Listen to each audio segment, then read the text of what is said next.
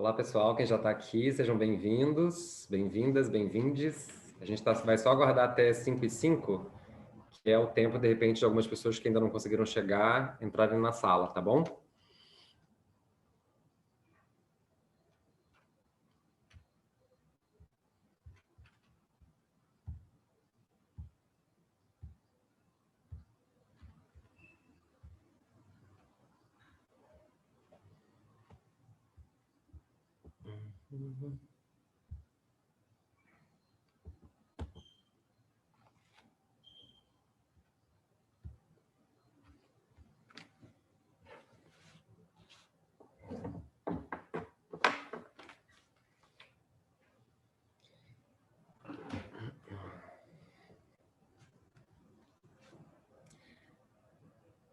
Quem está chegando agora, a gente está só esperando, a gente vai esperar até mais ou menos 5h05, para dar tempo de todo mundo ir chegando, né? Tem o trânsito internético também ele acontece.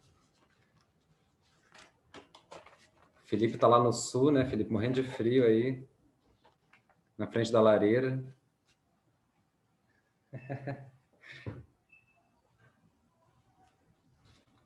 E quem tiver com a câmera fechada se sentir à vontade também para poder abrir a câmera, para a gente poder se ver. Seria bacana, mas também não é uma regra, não se sintam intimidados, por favor. Helena!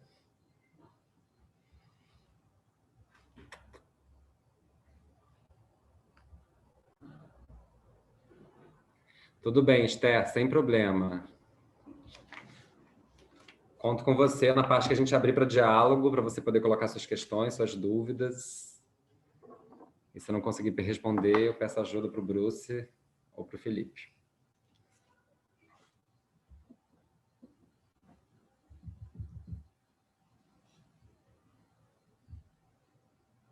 A gente vai só mais aguardar só mais um pouquinho até 5h05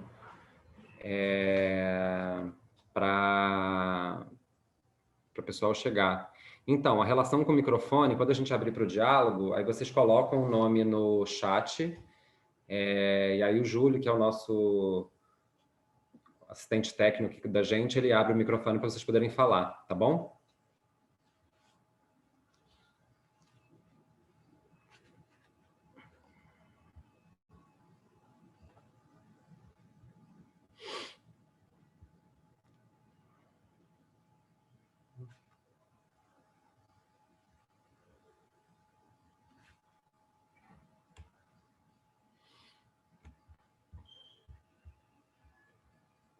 Guardar só mais 2 minutinhos para dar 5h05, aí a gente começa, tá bom?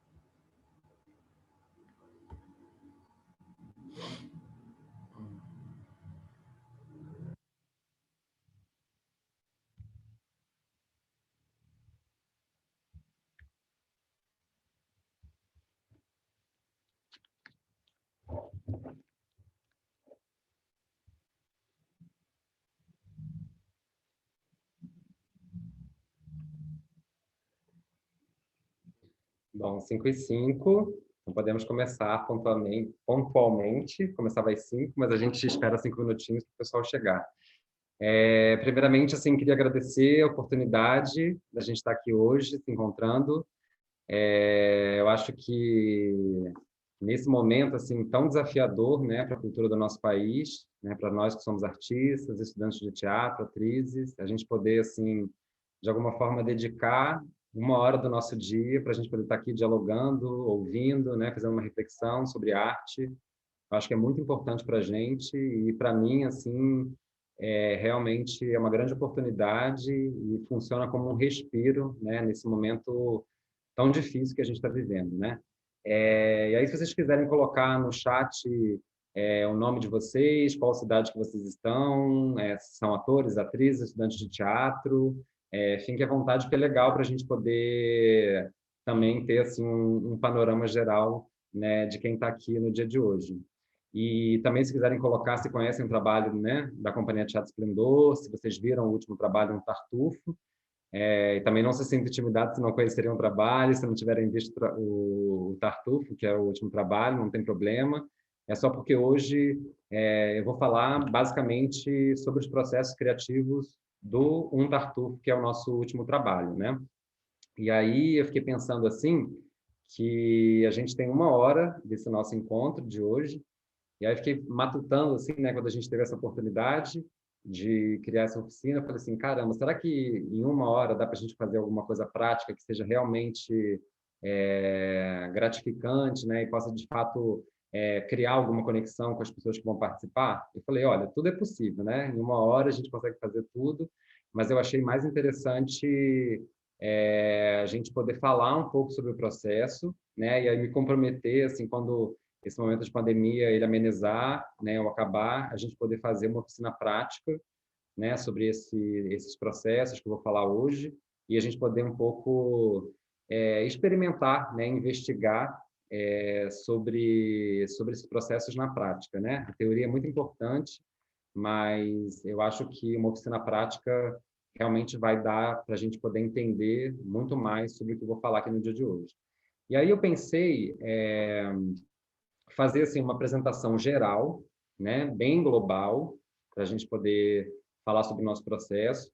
E aí toda a base da minha fala assim inicial, né, eu peguei como base a tese, né, do Bruce, né, Von Levski, que é o nosso diretor, né, que se formou recentemente na Cal, em bacharelado.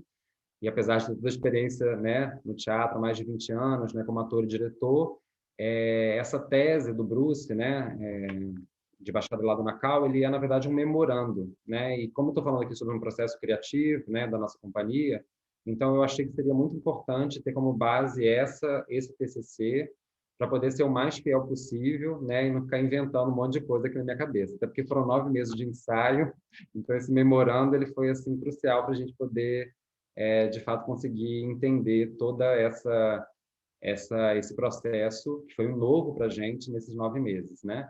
Então eu pensei de fazer essa apresentação bem geral, né? E aí falar sobre os nossos treinamentos, sobre os nossos exercícios que a gente fez e também sobre o processo de criação. E depois a gente abre um espaço para o diálogo, que aí, se vocês quiserem fazer alguma pergunta, alguma colocação, alguma reflexão, né, fiquem à vontade. E aí, foi o que eu falei aqui no começo, que eu vi que chegaram algumas pessoas depois.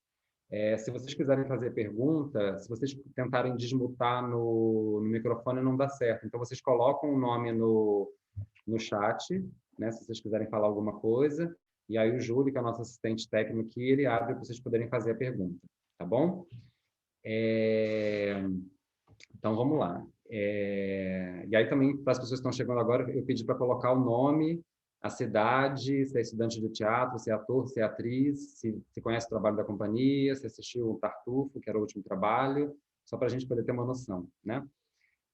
Então, assim, com as montagens anteriores, né, no Tartufo, nós, assim, da Companhia Teatro Esplendor, a gente levou de alguma forma ao extremo toda a nossa pesquisa relacionada a uma interpretação realista, né?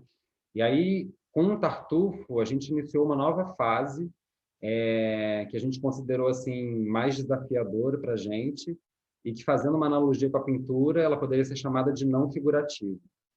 Então, vale ressaltar aqui, né, que o Bruce, enquanto diretor, ele tinha muito esse incômodo, né, dessa preponderância e dessa hegemonia, né, do realismo no teatro hoje. Além do fato, se a gente for pensar, né, as melhores séries de televisão, né, importantes filmes, eles já apresentam um realismo de extrema qualidade, né, e não só o que concerne a dramaturgia, mas, sobretudo, na interpretação dos atores, né? Então, o Bruce sempre colocava isso para a gente. Mas e o teatro, né?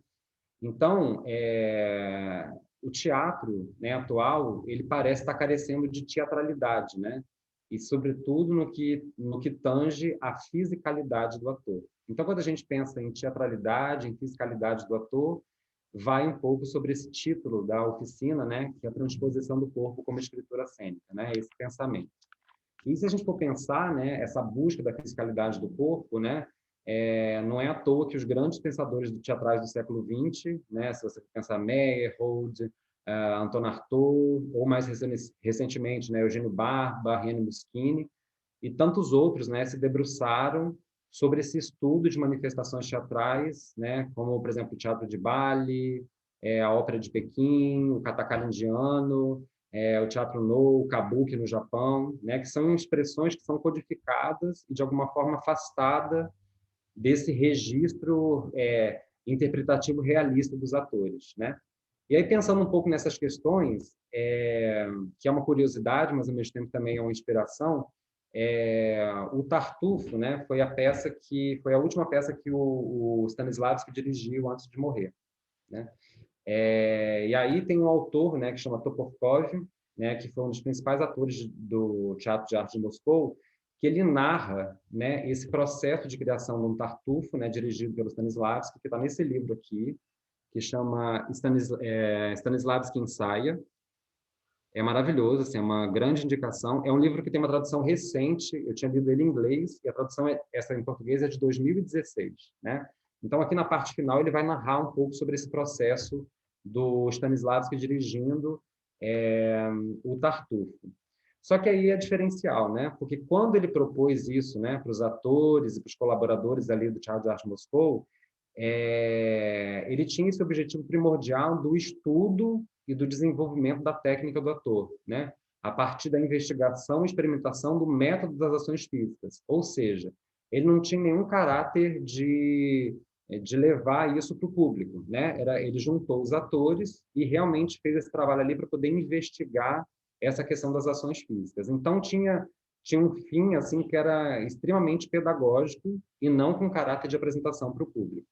E aí, nessa fase final, né, da vida do Stanislavski, ele já propunha aos atores, né, que começassem o estudo prático da peça pelas ações, né, sem palavras. E aí ele colocava essas questões, né? O que a personagem faz, né? Como ela se comporta fisicamente. E aí, pensando um pouco nessa premissa, né, stanislavskiana, a gente começou a estudar o Tartufo, né, o texto do Molière, a partir das ações dos personagens. Então, essa partir das ações dos personagens, eu vou deixar quando eu for falar sobre o processo de criação, para vocês poderem entender como é que a gente abordou essa parte das improvisações, que é a base do nosso trabalho, né? E aí foi nessa tentativa, de alguma forma, de experimentar, né, outras possibilidades de abordagem no que tange a essa interpretação dos atores, que a gente se lançou, né, durante o processo de ensaio de um Tartufo, que durou 9 meses, por essa questão que o Bruce colocou na monografia dele, que é este algo não realista, né? Que é difícil de nominar com precisão, mas pode, de alguma forma, estar associado, por exemplo, ao cubismo do Pablo Picasso, aos seres transfigurados pintados por Francis Bacon, ao cinema mudo do expressionismo alemão, né, que a gente viu quase todos os filmes do expressionismo alemão, ou ao grotesco em Meyerhold. Então, de alguma forma, era uma necessidade mesmo de investigar esse ato de transfigurar-se, né? Esse expandir-se num corpo dilatado, amplificado, e que tem possibilidades infinitas, né? Esse corpo não realista, esse corpo não cotidiano, né? Extra cotidiano. E aí tem uma frase do Eugênio Barba, né, que o Bruce colocou na tese dele, né, que está na Arte Secreta do Ator, que diz o seguinte: o corpo dilatado é, acima de tudo, um corpo incandescente, no sentido científico do termo. As partículas que compõem o comportamento cotidiano foram excitadas e produzem mais energia.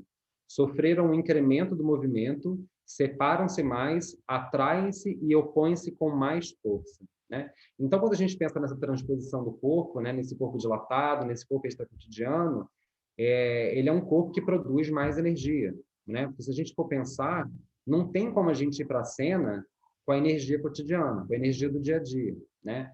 Então, esse corpo que busca essa transposição, né, que busca essa dilatação, que busca essa amplificação do corpo, ele não é um corpo retorcido, ele não é um corpo estranho, ele não é um corpo não reconhecível. Ele é um corpo que produz mais energia, né, e é um corpo transposto dentro da linguagem do teatro, né? Uma das linguagens, né? Uma linguagem possível, né? E foi essa linguagem que a gente, de fato, conseguiu um pouco investigar e experimentar. E aí tinha uma frase do Mayakovsky que o Bruce sempre falava para a gente no ensaio, que o teatro não é um espelho fiel, mas uma lente de aumento, né? Então, de alguma forma, a gente buscou fazer essa autópsia no texto do Molière para poder buscar essa lente de aumento. E aí tiveram algumas perguntas que algum de vocês, não sei se vocês que estão aqui, mas que mandaram para mim. E aí eu já vou meio que responder falando sobre um pouco... muitas pessoas têm curiosidade, né, sobre os treinamentos que a gente fez, os exercícios, e falando um pouco sobre o processo de criação. Aí eu vou falar um pouco sobre essa parte, que já responde algumas questões, e a gente abre para o diálogo, para ficar aqui falando igual um papagaio, tá bom? Um tartufo a gente não falou, né? O louco fica aqui falando igual um maluco. Mas eu espero que esteja sendo compreensível. Qualquer coisa a gente vai, na parte do diálogo, a gente vai tirando as dúvidas. E aí, assim, a parte do treinamento, a gente partiu da noção de via negativa, né? Que é uma noção forjada pelo Grotowski, né? E que implicou todo esse treinamento físico para os atores, né? Então, assim, a partir do espetáculo Príncipe Constante, né, do Grotowski, que é de 65, que foi o penúltimo, né, espetáculo dirigido por ele, o entendimento do ofício do ator, ele tomou um outro rumo, né, na prática do teatro laboratório, né? Então, porque o foco da pesquisa teatral, ele se deslocou, né, dessa construção das estruturas que servissem como elementos de um espetáculo para essa investigação pessoal do ator, né? Então teve essa mudança ali. Então esse treinamento ele era pautado por esse conceito de via negativa, né? Que não constituía um ponto de chegada, mas um caminho, né? Que poderia levar o ator a se investigar. Afinal tem essa frase dele, né? Não é necessário saber como fazer, mas não hesitar frente ao desafio, né?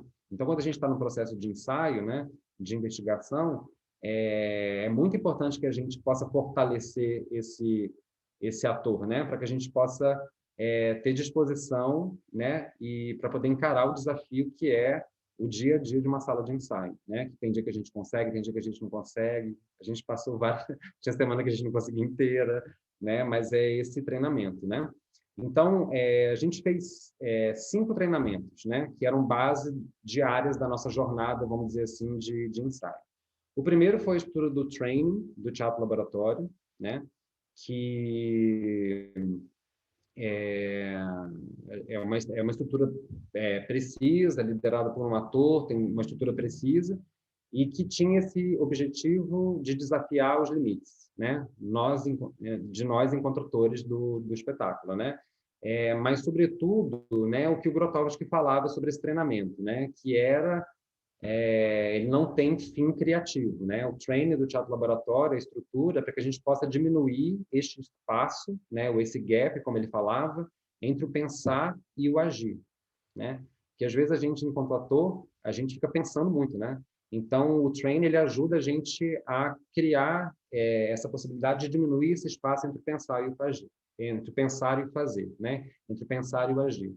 E isso é muito importante, né, porque a gente vai de encontro também do que Grotowski falava no final da vida dele, da questão da precisão e da espontaneidade. Quanto mais a gente diminui esse espaço entre pensar e o agir, mais a gente consegue entrar dentro desse trabalho de precisão e espontaneidade que ele colocava. Eu estou falando de uma forma global, tá, gente? Depois, se vocês quiserem tirar dúvidas sobre cada ponto específico, né, eu vou poder falar, a Bruce também está aqui, mas eu só quero fazer uma forma geral para vocês poderem entender os nossos treinamentos. O outro que a gente fez foi os exercícios plásticos, né, que foi coordenado pela Evelyn Reginaldo, que é atriz, é pesquisadora também, e esse trabalho dos exercícios plásticos, ele foi desenvolvido pela Rena Miresca, né, que foi uma atriz e principal colaboradora do Teatro Laboratório. Ela está viva hoje, E a Evelyn teve a oportunidade de encontrar com ela mais de uma vez, né, treinar pessoalmente com ela. Então, é uma estrutura também de exercícios precisos, né, que também ajuda no processo de improvisação, né? Então, tem esses exercícios e a gente improvisa em cima desses exercícios plásticos. A diferença dos exercícios plásticos para o training do teatro laboratório é que os exercícios plásticos ele já começa a entrar dentro do processo de criatividade, né? Que não tem, por exemplo, no training do teatro laboratório, né? Um outro treinamento que a gente fez foi a capoeira. Então, o Ricardo Lopes, que é o ator que fazia o Cleanto, ele pôde compartilhar um pouco sobre esse treinamento da capoeira com a gente e ajudou muito a gente nesse jogo, né, ali do ator e sobretudo essa noção que a capoeira dá, pelo menos para mim, me ajudou bastante de da gente sair de um pouco de uma concentração que vai para dentro, que às vezes a gente tem isso, né? O ator não precisa se concentrar e fica no silêncio, fica se concentrando para dentro. E na verdade existe uma concentração que é para fora também, né? Então a capoeira a gente ajuda a gente a estar ali aberto, né, para o espaço, para o outro, né, e a gente não ficar ensimesmada, né, na gente. Então, isso é muito importante para a gente. E aí, um outro treinamento que a gente fez foi a mímica corporal dramática, né, do Messier Decru, Etienne Decru, que foi conduzido pelo Gustavo Damasceno, que é o ator que fazia o Orgonde. E aí, a mímica corporal dramática, né, o Etienne Decru, ele elaborou uma gramática, né, corporal, para que o ator, na verdade, pudesse tomar consciência, né, de seus meios de expressão e passar de intérprete a criador, né? Então, tem essa frase dele, né, que coloca muito a mímica corporal dramática como um ato político, né? Que eu acho linda essa frase dele, que ele falava, né? Se colocar de pé num mundo que está sentado. Então, a mímica corporal dramática ajudou a gente nessa busca desse corpo extracotidiano dilatado, né, a romper esses automatismos cotidianos, né, e entender um pouco esses órgãos de expressão através da decomposição do corpo, né, desses órgãos de expressão, como Messier Decru falava, e também ligado um pouco ao que o Arthur falava sobre o refazimento do corpo. Quando a gente começa a desarticular esse corpo, a gente entender os órgãos de expressão, né, que não estão só nas extremidades, por exemplo, das mãos e do rosto, a gente vai de encontro a esse refazimento. E aí isso aqui para a gente foi muito importante, o trabalho da mímica corporal dramática, porque o Messier Decru falava dessa importância do tronco, né, que é o verbo ser, que ele falava, né? Então, por isso que o símbolo da mímica corporal dramática é o cavalo marinho, né? Porque o cavalo marinho ele transporta o corpo dele, né? Então é esse transporte do verbo ser. E aí é muito interessante porque se liga também ao que o Grotowski falava, por exemplo, na questão do trabalho do training ou dos exercícios plásticos, né? Que é trabalhar, né? Saindo os impulsos da base da coluna, né? Então todas as ações, todos os movimentos, eles saem da base da coluna, porque senão a gente fica só nas extremidades do corpo. Não é que a gente não vai trabalhar mão, braço, perna, né? Mas tudo parte da base da coluna. E aí o último treinamento que a gente fez foi a máscara balinesa, que foi coordenado pelo Eduardo Vaccari, né, que é ator, diretor, professor. E aí a máscara balinesa são os grandes mestres, né? De fato, quando a gente começou a trabalhar com as máscaras balinesas, essa lente de aumento ela já ficou evidente. Então ajudou muito, né, a gente a buscar esses corpos desenhados, né, e esses corpos amplificados. Porque quando a gente pensa em corpo extracotidiano, né, a gente passou no começo dos ensaios por corpos estranhos no sentido de não ser crível, né, para quem estava fora, né? E quando a gente pensa em transposição do corpo, né, como escritura, não são corpos estranhos e retorcidos, eles são corpos dilatados, amplificados, né, mas que são, se alguém estiver vendo de fora, precisa acreditar naquilo que está acontecendo, né, e não causar um estranhamento de repulsa sobre aquilo que está falando, até porque a gente está falando de teatro, né? Então a gente precisa contar uma história, né? Então esse corpo dilatado, transposto, ele precisa ser uma escritura, ele precisa criar uma linguagem, né? E aí a gente parte para os exercícios. Então essa parte foi a parte de treinamento. E aí eu vou falar agora sobre os exercícios. Tudo isso a gente, como eu falei para vocês, a gente criou uma rotina, uma jornada de ensaio, onde a gente mesclava esses trabalhos. Então, capoeira a gente fazia 2 vezes na semana, a mímica corporal dramática geralmente eram todos os dias, então a gente ia organizando, de acordo com a jornada do nosso trabalho, todos esses elementos, né? E aí os exercícios a gente teve 6, né? O primeiro foi o Coro e o Corifeu, que é um exercício bastante usado no Teatro do Soleil, né, pela Riane, e que é para a gente poder entender um pouco essa imagem que ela dá da revoada dos pássaros, né? Então, é um ator que fica na frente como o corifeu, né? E ele vai fazendo ação no espaço, né? Com o estado, não é só ação pela ação, ele precisa ter um estado claro. E quem está atrás, né? Faz um trabalho de cópia mesmo, vai copiando aquele ator que está ali na frente como corifeu, né? E criando esse corpo, essa revoada de pássaros. E esse corifeu ele vai trocando, né, de acordo com quando vai se movimentando no espaço, né, de acordo se a ação do corifeu levar para algum outro lugar, essa troca de corifeu também acontece. Então, isso foi um exercício que a gente fez. A gente não fez muito, mas no começo dos ensaios, a gente fazia com alguma frequência. Outro exercício que a gente fez, né, são exercícios que o Bruce chamou de preparação para a cena, porque, de alguma forma, geralmente a gente fazia eles antes de partir para a improvisação em si. Era quase como se fosse um aquecimento para a gente aquecer tanto o corpo como a nossa imaginação. Então, isso era muito importante. O segundo exercício foi o exercício da loucura, né? Que é um exercício que o Bruce conheceu com o Antunes em 95, e basicamente é um trabalho de improvisação que você se coloca, né? Como a loucura, você coloca essa questão, né? Como a loucura se manifesta no corpo, né? Então, voltando lá para trás, né, quando eu falei de buscar essa teatralidade, buscar essa fisicalidade, a gente sempre partia para a ação. A gente não ficava elucubrando sobre isso. Espera aí, a loucura é a mãozinha que faz assim, é o bracinho que faz assim, a cabeça. Não, a gente estava lá já na arena e a gente improvisava em cima disso, né, para poder buscar essas qualidades desse corpo de alguma forma que delira, né? Existem qualidades de um corpo louco, né? De um corpo que delira. Então, isso para a gente foi muito importante nessa investigação. O outro exercício que a gente fez foi o cinema mudo, né? Que o Bruce também conheceu com o Antunes, e que era super divertido, difícil, mas que ajudou bastante a gente, que basicamente era brincar com essa estética dos filmes mudos antigos, né? Então, mas aí partindo de 5 estados, né? Primordiais, que era a alegria, a tristeza, a raiva, o medo e o tesão. Então, basicamente, era a gente pensar como que esses estados se manifestam no nosso corpo, mas aí brincando dentro dessa estética de um filme mudo antigo. E aí, o Bruce falava isso muito para a gente, que era muito interessante, porque o cinema mudo ele já tem esse trabalho de dilatação, né? Quando você vê assim todos os filmes do expressionismo alemão, você vê o Chaplin, Buster Keaton, tem essa qualidade que já tem uma dilatação, né? Do corpo, né? Então a base da coluna nunca está frouxa, né?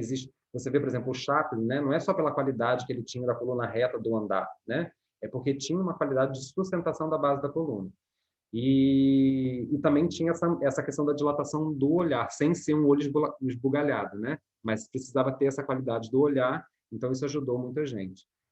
Nesse sentido de buscar essa transposição, que a gente estava nessa busca, né?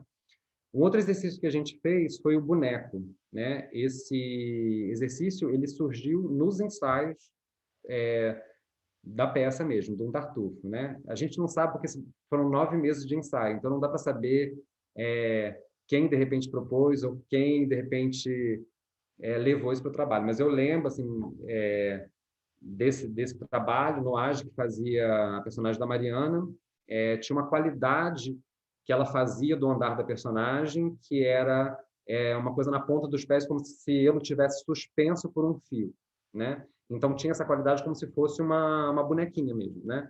Então depois eu vou mostrar umas fotos para vocês onde que mostra essa qualidade. Então, e aí quando a gente pensa assim, como seria meu corpo, né, se fosse um boneco?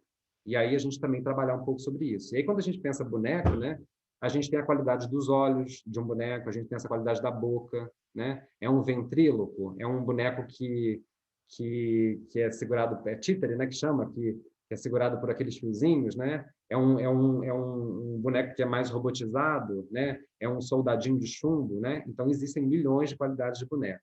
É claro que a gente não pensava isso antes de entrar, mas ao fazer o trabalho, a gente ia descobrindo essas qualidades e a gente tinha possibilidade de ir investigando todas essas questões, né? Essas qualidades. Porque tudo isso, desses exercícios de preparação para a cena, são qualidades que o corpo reproduz enquanto linguagem, né? Não era só para a gente poder criar algum elemento estético. A gente nunca teve esse desejo de fazer alguma coisa dentro de uma estética que já existia. Aí o quinto exercício a gente fez o que chamava de câmera lenta, né? Que o Bruce chamava de câmera lenta ou 78 rotações, que o Bruce conheceu na época da Cal, né? Com o Luiz Carlos Ripper, e que basicamente era um trabalho para a gente poder entender o tempo-ritmo, ou como o Messier Decroux falava, o dinamo-ritmo, né? Então, é você trabalhar as ações dentro de um processo de improvisação, né? Ou quando o trabalho já está pronto, e você trabalhar essa qualidade de ações em câmera lenta e as ações em 78 rotações, que é super acelerado. E o interessante disso é porque a câmera lenta, ela já trabalha uma qualidade que é essa coisa dessa ampliação do corpo, né? Automaticamente é como se você estivesse dentro de uma coisa de, sei lá, uma qualidade que você estiver dentro da água, alguma coisa que já está nessa questão. E a câmera lenta também, ela possibilita a gente a buscar essa oposição das partes do corpo, né? Porque você não tem como fazer câmera lenta com a cabeça cá. Se a cabeça vai para um lado, o braço já tem que ir para o outro. Você tem que buscar qualidades de oposição. Então, isso ajudou muita gente a entender isso. E quando está nas 78 rotações, que é super acelerado, não é uma coisa jogada no espaço. A gente precisa fazer as ações com qualidade que a gente já está fazendo, sem perder a qualidade, porque acelera o ritmo, né? Então, isso foi um trabalho para a gente poder entender essa questão do tempo-ritmo. E o último exercício, que era o exercício dos vendedores, que a gente fez bem no comecinho do ensaio, que o Bruce conheceu com Sotigui Koyate, não sei se vocês conhecem, é um griot africano, né, ator, diretor, e que basicamente são dois atores que vão para o palco e precisam vender alguma coisa, algum produto, né? E aí é uma disputa entre esses dois para ver qual que tem o argumento mais consistente, né, para poder vender aquele produto que quer vender, o produto, ou enfim, o que precisa fazer. E aí é uma improvisação bem que tem um discurso verbal muito forte, né, até porque tem a coisa da venda, de falar, argumentos e tal, mas ao mesmo tempo a gente buscou essa qualidade desses corpos que são inflamados, né? Porque se você está vendendo com alguém que está vendendo a mesma coisa que você não pode ficar com o corpinho, né? Esses corpos eles já vão buscando essa qualidade de ser corpos inflamados. Então, apesar de ser uma improvisação de discurso verbal, a gente conseguiu também encontrar qualidades no corpo, né? Esse corpo inflamado, né? Mas que também tivesse essa transposição. E aí, a última parte para eu poder fechar, para a gente poder partir para o diálogo, é sobre o nosso processo de improvisação. Eu estou falando isso aqui porque algumas pessoas perguntaram sobre isso, então achei importante falar já geral, para depois, se vocês quiserem tirar alguma dúvida ou colocar alguma questão, acho que fica mais fácil, né?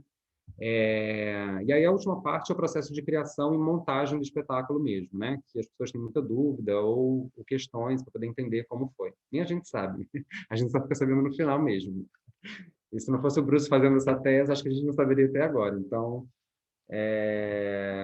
mas aí assim, nessa parte do processo de criação, então a gente tinha a parte de treinamento, a parte dos exercícios, e aí junto com isso a gente tinha o processo de criação. Então, a improvisação, né, para a gente, é a base da nossa criação, né? Todos os trabalhos, mesmo dentro de uma estética realista, a improvisação sempre foi a base da nossa criação. E a base da nossa criação é entendendo isso que o Bruce colocou na tese dele, do ator como dramaturgo, né? Então, a gente escreve essa linguagem junto com o autor. Então, é como se a gente tivesse escrito junto com o Molière ali, né? E aí, nesse processo de improvisação, a gente tinha aquelas que eram diretamente ligadas ao texto do Molière e tinha a parte de improvisação que eram indiretamente ou complementares ao texto do Molière, né? Então, a gente fez que é bem Stanislavskiano isso, né? A gente fez uma estrutura e uma escaleta de todos os 5 atos do Tartuffe, do Molière, e a gente pegava cena por cena e a gente ia fazendo esses principais acontecimentos e as ações de cada cena dessa. Então, por exemplo, dar um exemplo para vocês poderem entender. Então, por exemplo, ato 1, cena 1. Senhora Pernela julga a conduta de cada membro da família e enaltece Tartufo, enquanto Damis, Dorina e Cleanto reagem contrariamente. Essa é a cena 1. Então, a gente escrevia isso, né? E a gente fez isso em todos os 5 atos do Tartufo, todas as cenas. Por quê? Porque quando a gente ia improvisar, é o que eu falei, tinham cenas que eram... A gente improvisou essa cena muito, por exemplo, né? Da senhora Pernela julgando a conduta dos membros da família, né? Então, a gente... Era uma improvisação que era diretamente ligada ao texto do Molière. E tinham improvisações que aconteciam que não eram diretamente ligadas ao texto do Molière, mas eram complementares, né? Então, para quem assistiu o espetáculo começava com o que a gente chamava de um prólogo, né? Como se fosse o templo, né, do Tartufo, onde era esse primeiro encontro, né, do personagem do Orgonte com o Tartufo. Essa cena, por exemplo, não existe no texto do Molière, né? Mas a gente surgiu numa improvisação, né? E aí a gente, ao longo do trabalho, a gente foi vendo que aquilo ali era realmente importante para a gente poder contar essa história. Então, acabou entrando no espetáculo como cena.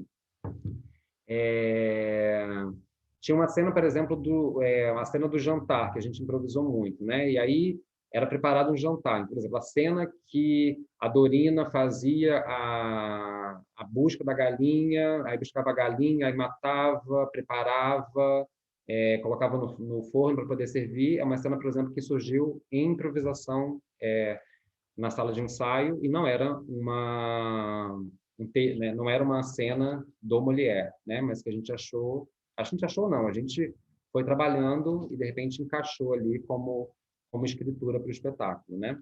E, e aí é isso. Aí para poder fechar, só algumas curiosidades, né? Que eu acho importante também colocar para a gente poder abrir para o diálogo.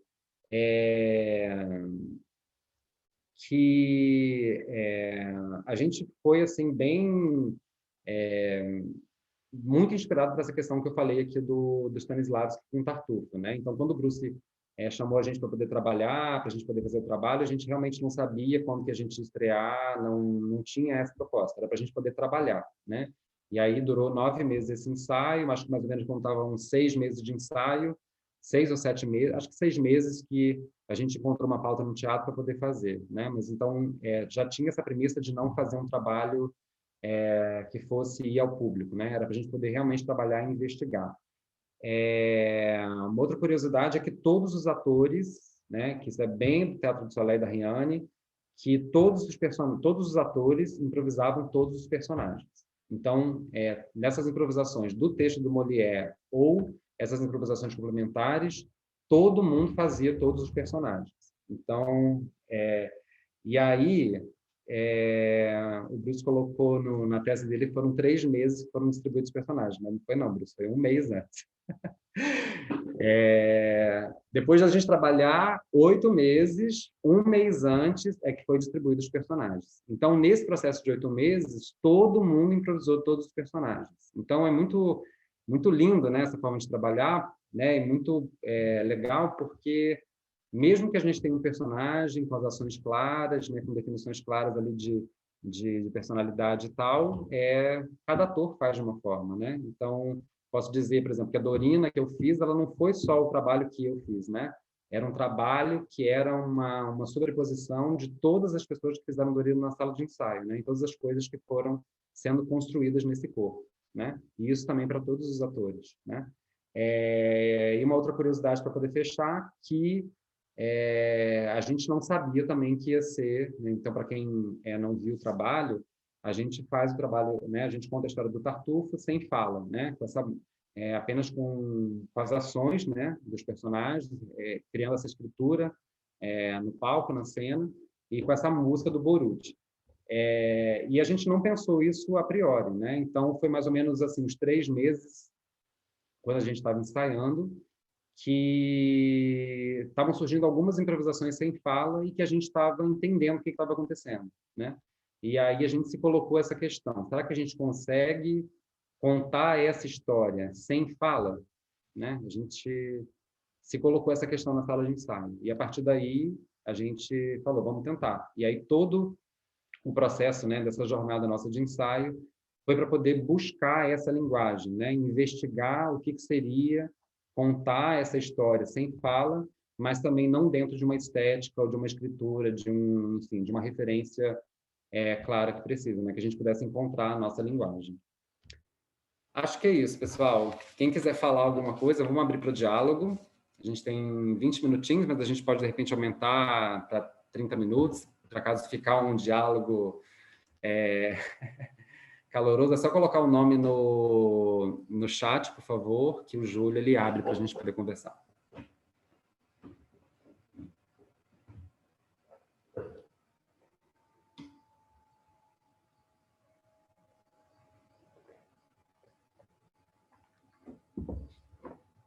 Não se sintam intimidados, gente. Vamos lá para a gente poder dialogar. Pode ser alguma dúvida, pode ser alguma questão, alguma reflexão.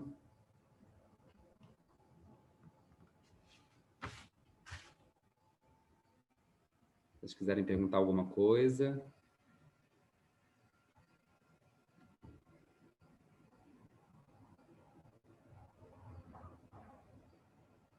Só colocar o nome no... Acho que é... Peraí. Júlio, Igor.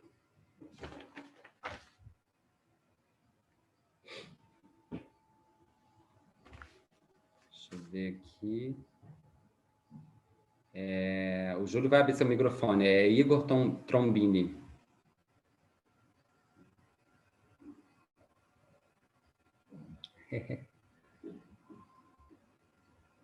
Júlio está aí?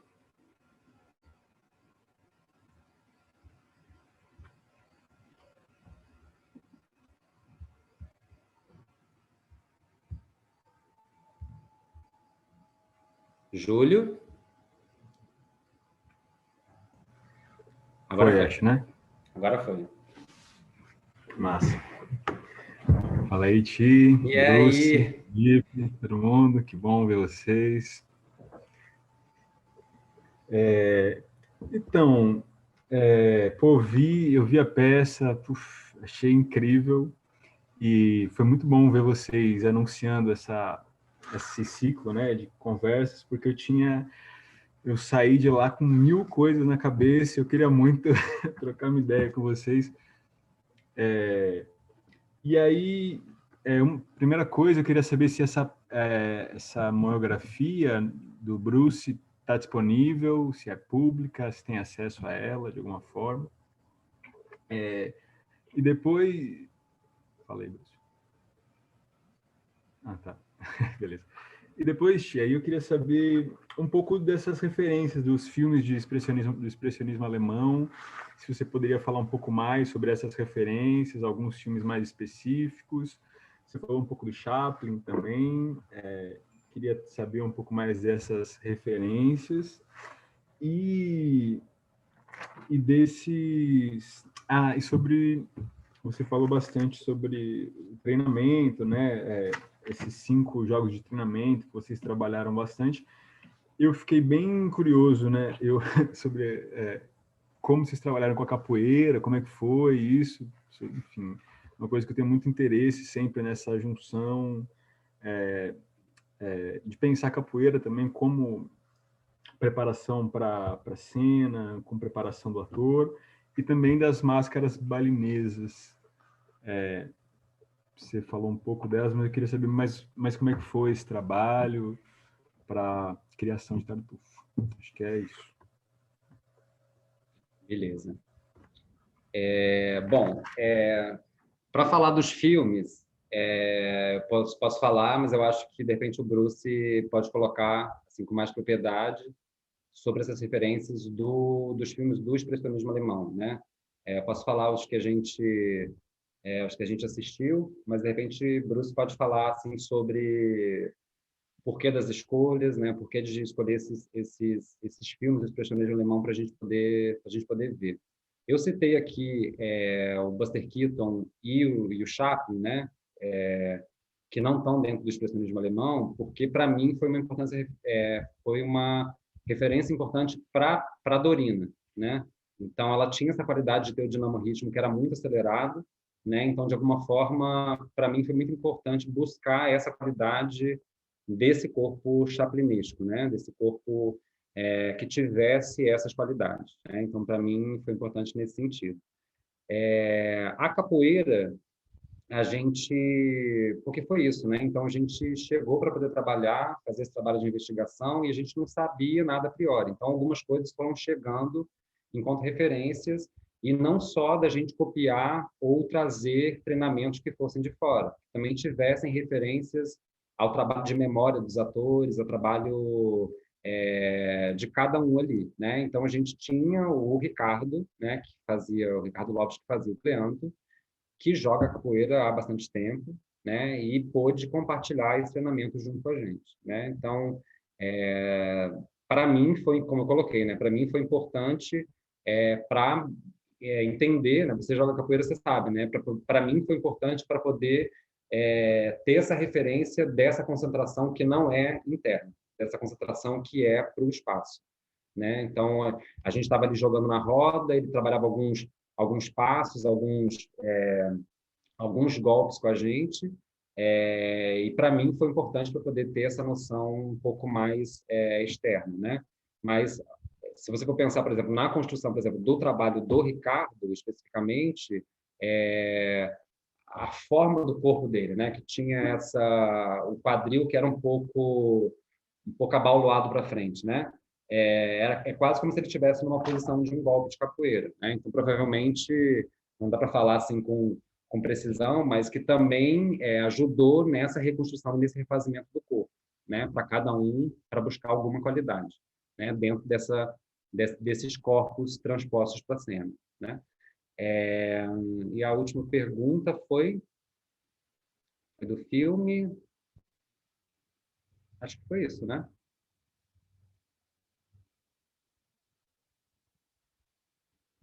Coloca no chat, de repente, ou o Júlio abre de novo. Ah, das máscaras. Então, as máscaras balinesas, assim, eu tive uma experiência quando eu trabalhei no AMOC, né? Então, foi onde eu conheci esse trabalho das máscaras balinesas. E depois eu tive a oportunidade, quando eu fiz o estágio no Teatro do Soleil, lá com a Riane, de trabalhar lá com as máscaras balinesas e também na Escola Nômade que ela fez no Chile. E eu sempre fiquei encantado com esse trabalho das máscaras balinesas, porque, independentemente de você pensar uma linguagem ou não, elas são grandes mestres, né? Elas automaticamente, tudo que a gente fica elucubrando aqui sobre teatro, sobre a forma, sobre o corpo, sobre isso, quando você começa a trabalhar, automaticamente essas referências vêm todas, né? Toda essa relação do corpo desenhado, do corpo dilatado, dessa qualidade, por exemplo, que a máscara balinesa tem, dessas entradas dos personagens, né? Então a gente trabalhou um pouco sobre essas entradas dos personagens, né? E aí a máscara balinesa ela ajudou a gente muito nessa questão do estado, né? Porque não tem como você trabalhar a máscara balinesa se o corpo não estiver desenhado, se você não tiver um estado preciso, né? Um estado claro. Então para a gente também foi importante. Eu, por exemplo, já conheci esse trabalho, mas quando a gente foi fazer o treinamento com o Vacari, acho que foram 2 dias, a gente pegou o nosso ensaio, que era 5 horas por dia, a gente pegou, acho que foram 2 dias que a gente ficou esses 2 dias fazendo só o treinamento com ele, né? Então, tem essa relação de já apontar esses corpos desenhados, porque a gente estava ali trabalhando na sala de ensaio e muito bem não entendendo o que é esse corpo que é transposto, que tem essa dilatação, né? E aí, quando você começa a fazer esse trabalho com a máscara, automaticamente essa questão se conecta, né? Não sei se alguém já deve ter a oportunidade de trabalhar com máscara balinesa, mas tem essa questão. E o Bruce, ele fala, né? De repente o Bruce pode falar, de repente pode abrir o microfone do Bruce para ele falar. Aí você já pode falar dessa parte das máscaras e dos filmes também do expressionismo alemão. Aí depois tem a Helena, não é isso? Para falar. Tá, beleza. E fala sobre a tese, Bruce, também.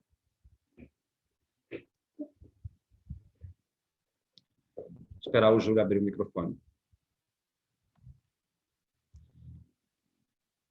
Júlio, só abre o microfone do Bruce, por favor.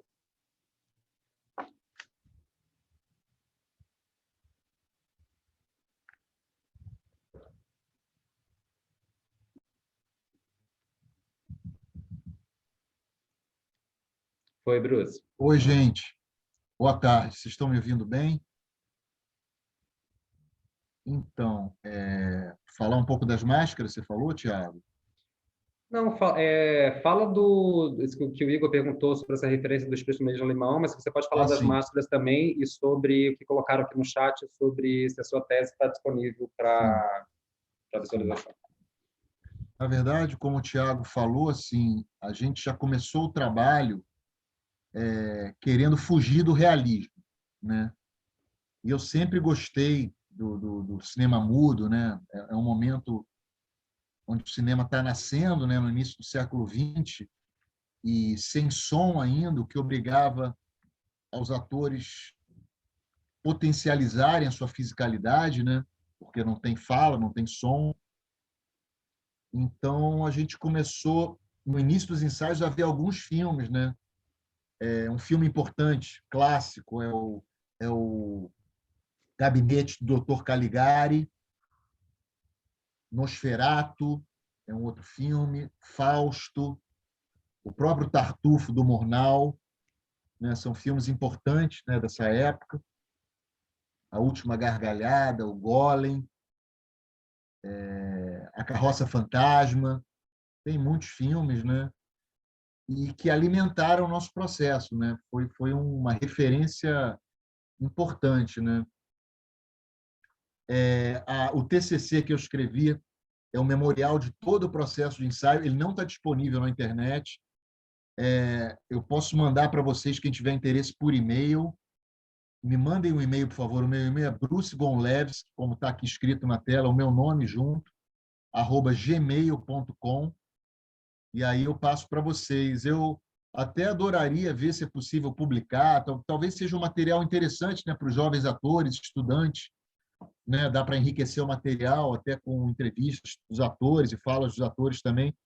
Mas eu acho que já é interessante assim para ler, porque é um memorial do processo, né? É um diário de trabalho do processo. Não está disponível ainda em lugar nenhum, mas eu posso mandar para quem quiser.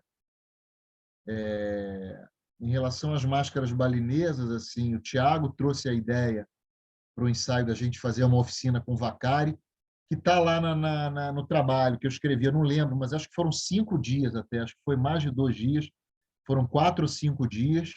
O Tiago deu essa ideia, eu adorei a ideia, porque eu já tinha trabalhado também, até junto com o Vacari, como alunos do Stefani e da Ana Teixeira, né, na Cal. Eu fui aluno em 95, foi quando eu comecei a trabalhar com as máscaras também. Eu trabalhei durante 6 meses e é um trabalho fantástico, porque, como o Tiago falou, obriga o ator a potencializar o corpo, né? Você já tem que entrar em cena com um corpo que não é o corpo cotidiano, não é o corpo do dia a dia. A máscara já te obriga a se colocar num outro lugar, em termos de energia, em termos de dilatação, em termos de engajamento físico e vocal. Então, a máscara, como a Riane Minuschini fala, a máscara é pedagógica, né? A máscara ensina o ator muito, né? Então, foi fundamental para a gente. A gente trabalhou com as máscaras balinesas, algumas cenas do espetáculo, também alguns personagens do espetáculo, e ajudou assim a abrir um pouco algumas portas, né? Abrir o nosso horizonte. Tem uma pergunta aí para você, Tiago, da Kalila, ali atrás. Ela perguntou um pouco atrás sobre. Ela perguntou sobre a gravação da peça. Eu acho que a peça não está na internet, mas a gente pode te mandar também, Kalila, o Luiz Prado, que é o nosso produtor, pode te mandar o link da peça. A peça foi mostrada no edital do Itaú, no ano passado, o edital Respiro, esse ano no edital do Midrash, Festival Midrash. Então, às vezes, a gente consegue disponibilizar ela. Ela não está com acesso livre, mas a gente pode disponibilizar para quem quiser. Aí, Thiago, pode responder essa coisa que a Kalila pergunta aí, do caso de alguém ficar doente, se alguma pessoa pode assumir, de todo mundo fazer todos os personagens, né, que você falou um pouco. E a gente tirou esse conceito da Riane Minuschini mesmo, né, do Teatro de Soleil, né, de todos os atores experimentarem todos os personagens, né? E a gente continua trabalhando assim. No próximo projeto vai ser assim também. E claro que quem tem mais experiência tem mais possibilidade de fazer os personagens, vamos chamar assim, de principais, mas está aberto para todos, né? É interessante isso, né? O trabalho da Riane Minuschini nesse sentido, porque desde a atriz mais velha da companhia, ou mais experiente, como a Juliana Carneiro da Cunha, até o ator que entrou ontem na companhia fazendo um estágio, podem pleitear fazer qualquer personagem. Claro que o cara que entrou ontem é muito difícil dele conseguir, no caso, fazer uma Dorina, por exemplo, mas está aberto para todos. Deixa eu só, Kalila, eu vou te responder, eu vou falar para a Helena fazer a pergunta dela, porque eu sei que ela precisa ir, que ela tem compromisso, ela tinha me falado que ia sair antes, aí eu respondo as duas juntas, tá bom? A pergunta dela e a sua na sequência, tá bom? Oi, Tiago. Oi, Boa Helena. noite, querida. Então, minha pergunta é sobre o processo de criação do visagismo. Eu fiquei curiosa para saber um pouquinho mais, porque eu achei muito interessante, achei que é uma parte forte do trabalho, né, que contribui para tudo isso que você falou, desse corpo não cotidiano, dessa expressão ligada ao corpo, à coluna vertebral, às ações, enfim, tudo isso. Aí fiquei curiosa para saber um pouquinho mais sobre. Beleza. Então, o visagismo, ele é o visagismo da Mona Magalhães, né, que é super conhecida, enfim, uma grande artista da maquiagem, do visagismo. Ela foi uma indicação do Felipe, né, que está aqui na sala, que é o ator que faz o Damis. E esse trabalho com a Mona, ele chegou quando a gente já estava bem avançado assim no trabalho. Ela chegou depois já bem no final do processo, né? E aí foi muito interessante porque a Mona, ela não geralmente tem muito essa relação, né, do figurino chegar pronto ou da maquiagem chega ali pronta já como uma estética para poder criar, e na verdade não foi isso, né? Ela assistiu alguns ensaios, né? Ela pôde perceber algumas qualidades, algumas referências ali que a gente estava trabalhando, e dentro do que ela viu, ela pôde ajudar a gente nisso, né? E aí foi fundamental, porque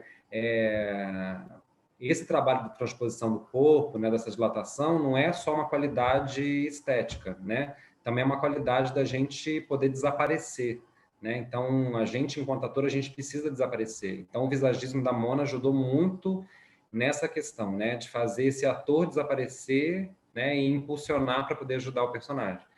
E, por exemplo, na Dorina que eu fazia, ela viu no primeiro ensaio, mas não é só porque tinha a improvisação da galinha, ela viu que tinha uma qualidade que era de um animal, de uma galinha, né? Então tinha toda uma coisa, uma referência, né, que tinha uma coisinha que descia aqui, uma coisa que ela fazia aqui que afinava o rosto, né? Então, quando eu comecei a aprender a fazer maquiagem, né, quando já estava lá no final, né, para a gente poder apresentar o trabalho, isso só realçou alguma coisa que ela estava vendo e ajudava os atores a essa questão, né? A Yasmin, por exemplo, a maquiagem dela, né, Yasmin Golevski, que fazia o Tartufo, né, tinha toda uma relação de oposição e de desfiguramento do rosto, né? Então tinha o nariz que era feito pelo visagismo torto, né? A sobrancelha, uma que era mais alta, outra que era mais baixa, né? Então, de alguma forma, também dialogava um pouco com o expressionismo alemão, nessas formas que não são figurativas e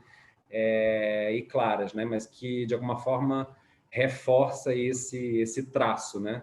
Esse traço, enfim, do rosto enquanto desenho, né? Porque se a gente for pensar, né, eu falei muito sobre essa questão dos corpos desenhados, né, no espaço. Então, o visagismo também ajuda esse corpo se desenhar no espaço, né? Porque também trabalha com, por exemplo, o fundo da maquiagem, ele era todo branco com cinza, né? Então, isso já criava toda uma relação de luz e sombra, do que aparecia, do que não aparecia, né? Então, pensando em desenho, né? Isso também tem isso, né? Eu não entendo de desenho, mas tem essa relação, né? De você escolhe o que você quer que apareça e você também escolhe aquilo que você não quer que apareça, né? Ou o que realça, né? Então, isso para a gente foi muito importante. Mas veio bem depois, mas é assim, fundamental o trabalho da Mona como visagismo para a gente. Obrigada.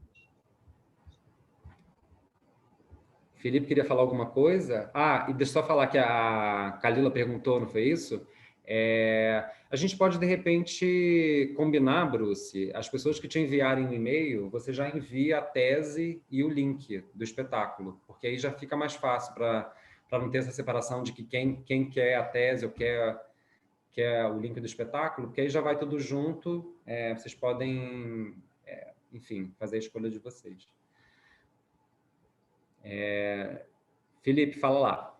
E aí, tudo bem, querido? Uma boa tarde para todo mundo aí, para amigo. Eu tava ouvindo você aqui, me lembrando, né?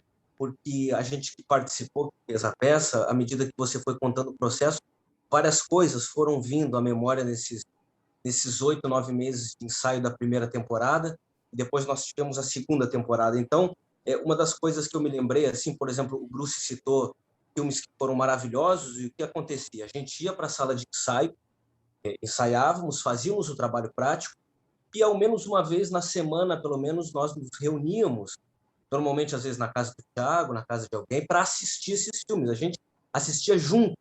Então, assim, um dos atores lá do expressionismo alemão da década de 20, ali, que a maioria dos filmes é isso, anos 20, anos 30, um dos principais atores que foi referência para nós, além do Buster Keaton, além do Chaplin, foi o Emil Jannings.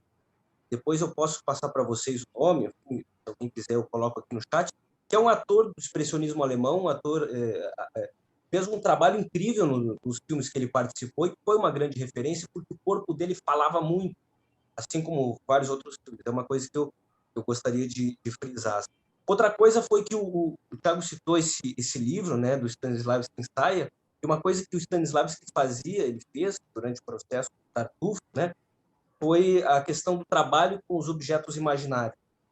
E no Tartufo, a gente, na peça, tinha objetos físicos, mas também tinha objetos imaginários. Se a gente pegasse assim, a galinha, por exemplo, da Dorina, ela não aparecia, não existia uma galinha ali, mas da maneira que o trabalho foi construído, o público conseguia enxergar claramente essa galinha, né? Além de outros objetos, sendo o forno, a cozinha ali tinha um objeto físico, mas o forno não existia, a gente conseguia ver perfeitamente.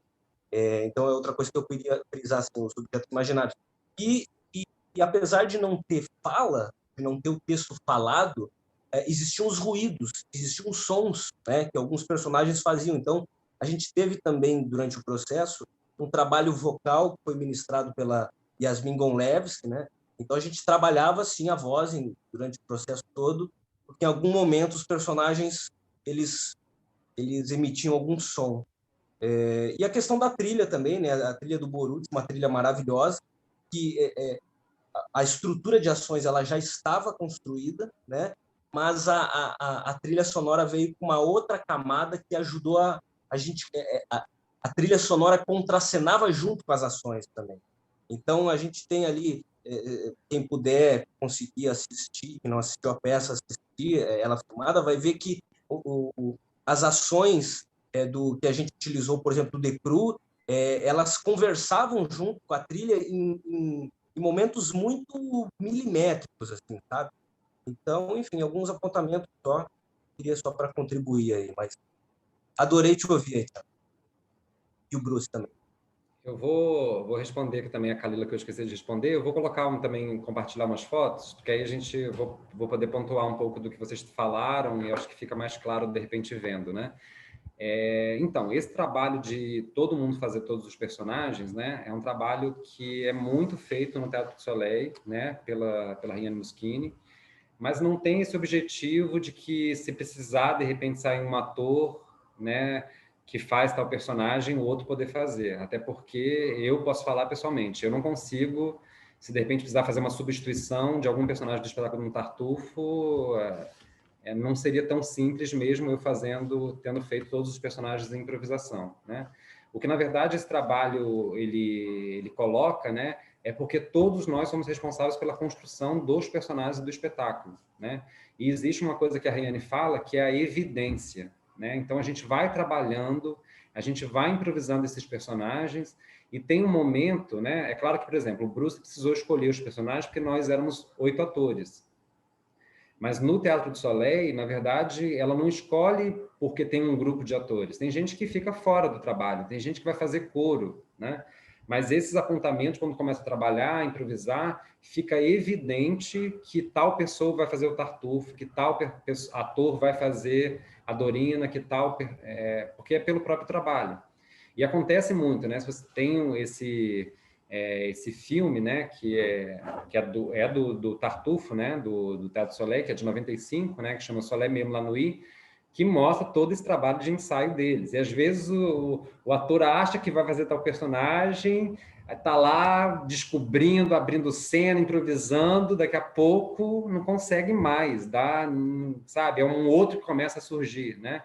Mas o mais importante que a Riane falava, né, é que falava e fala, né, nesse processo, que eles continuam trabalhando dessa forma, é que você cria essa responsabilidade por todos os personagens, né? E não tem essa coisa de você... fica uma disputa também que é interessante, né? Porque mesmo os erros, as coisas que não são encontradas, eles são importantes para a construção da continuação das improvisações, né? Então, não são só os apontamentos certos que eu digo assim, né? Que apontou alguma coisa interessante para o trabalho, que são importantes. Às vezes, um corpo que não tem nada a ver, uma improvisação que realmente deu completamente errado, ela pode apontar ou até mudar o percurso do trabalho, né? Então, por exemplo, no Náufragos da Louca Esperança, lá no Teatro do Soleil, era isso. Eles estavam ensaiando todo um espetáculo e, de repente, por uma improvisação, a Riane teve essa ideia de fazer dentro de uma linguagem do cinema, né? Então, foi por uma improvisação que não deu certo, né? Então, isso é importante também. Eu vou compartilhar aqui com vocês uma tela, que aí eu vou falando também só algumas coisas pontuais, assim, finais também, se alguém quiser colocar alguma coisa. Estão vendo as imagens? A imagem? Estão vendo? Então, isso aqui foi no começo bem no começo dos nossos ensaios, né? Então, como eu coloquei aqui no começo, a gente se debruçou muito sobre o estudo do trabalho, né? Sobre o trabalho do texto do Molière, né? A gente não inventou um trabalho, né? Esse foi o nosso ponto de partida. Então, a gente leu para poder entender o texto, a gente fazia leitura dos personagens, né? Como um trabalho de mesa normal, né? Mas esse trabalho durou muito pouco, né? Era só para a gente poder realmente fazer esse reconhecimento do que a gente estava trabalhando mesmo, né? Desse texto. Aqui são essa parte dos exercícios, né? Então, antes da gente começar as improvisações mesmo, né, a gente fazia esse trabalho da fisicalidade dos atores, né, dos personagens, desculpa. Então, a gente fazia esse trabalho da loucura que eu falei, né, do cinema mudo, do boneco, né? Então, a gente ficava ali nesse espaço trabalhando um pouco essas qualidades antes de entrar na improvisação em si, né? Aqui a gente está improvisando nessa fiscalidade da senhora Pernella. Acabou que ela não ficou no espetáculo, esse personagem, que é a mãe do Orgonte, né? Mas, de alguma forma, com certeza ajudou muito a Yasmin a construir o Tartufo, porque ela tem essa figura da Beata, né? Então, de alguma forma, ela era uma figura do Tartufo também, de alguma forma, e ajudou muito essa questão das qualidades, do olhar, enfim, né? Muitas coisas. Aqui o Felipe, né?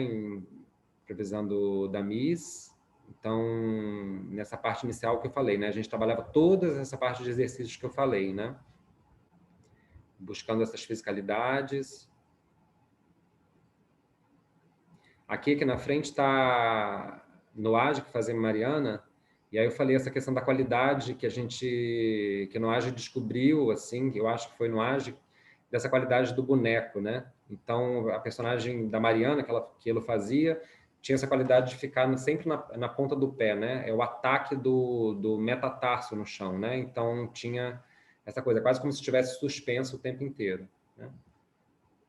Aqui, mais ou menos, dá para ver, essa foto dá para ver melhor, né? A forma como... que é esse desequilíbrio de luxo, né? Que o Eugênio Barba fala, né? Então, não é só uma questão estética, gera qualidade mesmo, né? No corpo. Aqui já era uma improvisação sobre uma cena mesmo, então já saindo um pouco dessa parte de exercícios que eu falei, né, que a gente fazia o cinema mudo, a loucura, a câmera lenta, enfim, já partindo para improvisações em si, né? Gustavo fazia o Orgonte. né? Então aí a gente já vê, né, no Felipe, né, que tem toda essa qualidade, né? Não está só no rosto, né? Tem todo um desenho no corpo, né? Nada está sobrando, né? Nada fica fora, né? Que Yasmin está improvisando Senhora Pernella. Que improvisação, uma das primeiras improvisações da cena da galinha, do preparo.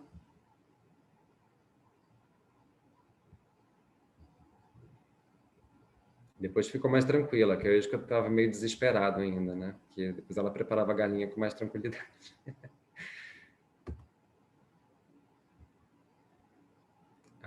Essas fotos aqui eu quis colocar para a gente poder pensar um pouco também sobre quando a gente fala desse corpo dilatado, né, desse corpo desenhado, desse corpo transposto, né? Então a gente vê aqui na Paty, né, essa qualidade do olhar. Existe uma transposição no olhar também, né? Falei um pouco sobre essa coisa do boneco, do exercício do boneco, do cinema mudo, né? E aí eu vou mostrar para vocês as diferenças de qualidades dessa transposição do olhar, né? Que o olho é corpo também, né? Então, olha a diferença, né? Essa é uma qualidade que a Paty foi buscando na personagem dela que fazia o Mira, né? A Yasmin tinha essa qualidade que era um olhar bem dilatado, né? Que tinha esse olho que ia de um lado para o outro, né? Assim, era bem forte. Aqui o Gustavo Luz, que fazia o personagem do Valério, né? Então, foi um olhar, assim, ele também tinha essa qualidade muito de boneco, né? No andar do personagem dele, então acaba que repercutiu um pouco para esse olhar um pouco de boneco, né? Que ele não é vidrado, né? Que isso aqui é uma foto, mas que tinha essa qualidade, né? Aqui do Damis, do Felipe, né? Então tem uma qualidade no olhar, mas ele não é um olho esbugalhado, porque às vezes a gente pensa isso, né? Quando a gente fala de transposição do corpo dilatado, né? Que é alguma coisa inchada, fora da realidade. Não, a gente precisa buscar sempre esse desenho crível, né? Que o Ricardo, que fazia o Cleanto, né? Então já tinha outra qualidade de olhar. Aqui eu coloquei essa foto, né, para poder, o Bruce está aqui, né, Yasmin e eu, para poder falar um pouco também sobre essa figura da direção no trabalho, né? Então, o trabalho da direção do Bruce, né, nunca falando como a gente deve fazer ou, enfim, dirigindo a cena nesse sentido, né? Ele faz um trabalho de orquestração, né? Sempre parte dos atores, ele dá, às vezes, algumas provocações, algumas indicações. Provavelmente aqui ele devia estar falando alguma coisa, a gente devia ter acabado de fazer uma improvisação e ele foi falar alguma coisa precisa para a gente poder retrabalhar. E aí a gente volta a improvisar depois dessas indicações. Mas não tem essa figura da direção que fica falando o que a gente deve fazer. E quando a gente está improvisando, existe uma fala pontual, mas são coisas para a gente poder ouvir e continuar a improvisação.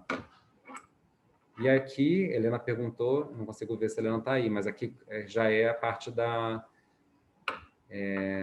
caracterização, né, do visagismo da Mona, né? Que já na temporada, né? Então, que já tem esses desenhos, né? Eu falei aqui da galinha, né? Que a Mona viu, ela tinha... Isso aqui a maquiagem ainda estava ruim, porque eu estava aprendendo, tá, gente? Mas tinha esse bico aqui, que era... Depois que a Mona me ensinou a fazer direito, eu realmente vi... Tinha uma qualidade... Né? E essa coisa aqui que ficava mais fina, né? Ficava o rosto bem fino, assim. Que o Gustavo fazia o Orgonte, a Paty... E aí é que é legal a gente pensar que a Paty tinha uma qualidade na personagem dela, da Elmira, né, de ter uma transposição da boca, né, uma boca que era muito diferente. Então a Mona, ela viu isso e ela reforça, né, no trabalho de visagismo para poder realçar algo que ela já estava apontando, né. Que eu falei aqui, né, da Yasmin, que fazia o Tartufo, né. Então esse nariz assim, ele é todo feito pelo trabalho de luz e sombra, né. Essa sobrancelha que desce, a outra que sobe, isso ajuda na expressão, né. E aqui já era o próprio... Já no espetáculo, né?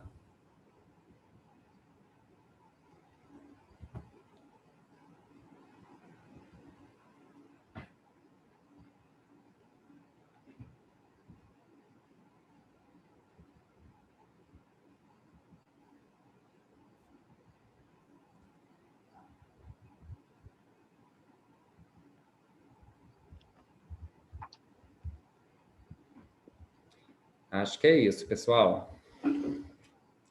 Bom, são 6h15. Se alguém tiver mais alguma pergunta, só para a gente poder fechar, mas estamos no tempo. Se alguém tiver só alguma pergunta final para a gente poder finalizar, é que só colocar o nome aí no chat. Se não tiver...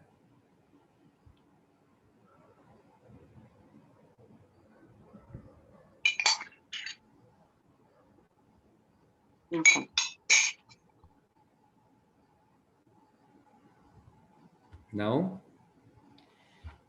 A gente fica intimidado, né? Quando a gente está no online. Se essa oficina fosse pessoalmente, todo mundo ia estar falando, né? Bom, gente, então, assim, agradecer mais uma vez a oportunidade da gente poder compartilhar, assim, um pouco sobre, enfim, sobre o nosso trabalho, né? É um trabalho que ainda está em construção, então a gente ainda não descobriu, né? Assim, a gente está continuando na nossa pesquisa, né? Então, o compartilhar é só para a gente poder fazer uma reflexão junto, né? Sobre um tipo de linguagem, né? Sobre algumas questões que a gente abordou aqui. Espero que tenha sido proveitoso para vocês, né? Então, quem quer também receber a tese do Bruce e o link do espetáculo, é só enviar para o e-mail, né? Bruce Gonlewski, como está aí. Eu acho que escrevi aí, né? @gmail.com. E a gente se encontra o mais breve possível para a gente poder experimentar um pouco isso como oficina prática, tá bom? Amanhã tem a oficina da Elisa Tandeta, para quem se interessar, mesmo horário, 5 horas, né? A Elisa foi a que fez toda a parte de criação da iluminação. Então, ela vai poder compartilhar um pouco também sobre o processo de criação, não só do Tartufo, né? Do espetáculo, de todos os espetáculos que ela realizou na Companhia Teatro Esplendor, mas, sobretudo, do Tartufo, que foi o nosso último trabalho, tá bom? Eu queria só finalizar lendo uma frase da Toni Morrison, que é uma escritora norte-americana, que eu acho que pode ser bom para a gente poder finalizar, pensando nesse momento desafiador que a gente está vivendo. Ela diz o seguinte: este é precisamente o momento em que os artistas precisam criar. Não há tempo para desespero, nem lugar para autopiedade, nem necessidade de silêncio, nem lugar para o medo. Nós falamos, escrevemos, criamos linguagens. É assim que as civilizações se curam. Então, boa sorte a todos, a todas e a todes, e a gente se encontra logo em breve, tá bom? Obrigado pela oportunidade.